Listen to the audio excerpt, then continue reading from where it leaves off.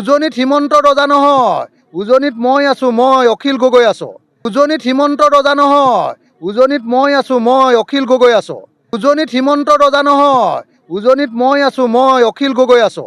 উজনিত হিমন্ত ৰজা নহয়, উজনিত মই আছো, মই অখিল গগৈ আছো। উজনিত হিমন্ত ৰজা নহয়, উজনিত মই আছো, মই অখিল গগৈ আছো। তেওঁ ৰজা হৈ থাকক, মোৰ কোনো আপত্তি নাই। আমি প্ৰজা হৈ থাকিলে হ'ল। তেওঁ ৰজা হৈ থাকিলে ভাল, আমি প্ৰজা হৈ থাকিলে ভাল। খালি অখিল গগৈ যাতে ফেচবুক লাইভ কৰাটো এৰি নিদিয়ে। ৰাতি চাই ভাল লাগে। যোৱাকালি কি কৈছে, তেওঁ ইংলেণ্ড আমেৰিকাৰ পৰা উকিল আনিব। তেওঁ ইমানখিনিও নাজানে যে ইংলেণ্ড আমেৰিকাৰ উকিলে ভাৰতৰ কোৰ্টত থিয় হ'ব নোৱাৰে, আইন মতেই থিয় হ'ব নোৱাৰে। ফৰেন এডভোকেট ইণ্ডিয়াৰ কোৰ্টত খাৰাই হ'ব নোৱাৰে, এইটো আইনগতভাৱে বেন কৰা আছে। তেওঁৰ ইমানখিনিও জ্ঞান নাই, সেইকাৰণে তেওঁ এজন এণ্টাৰটেইনমেণ্ট দিয়ে।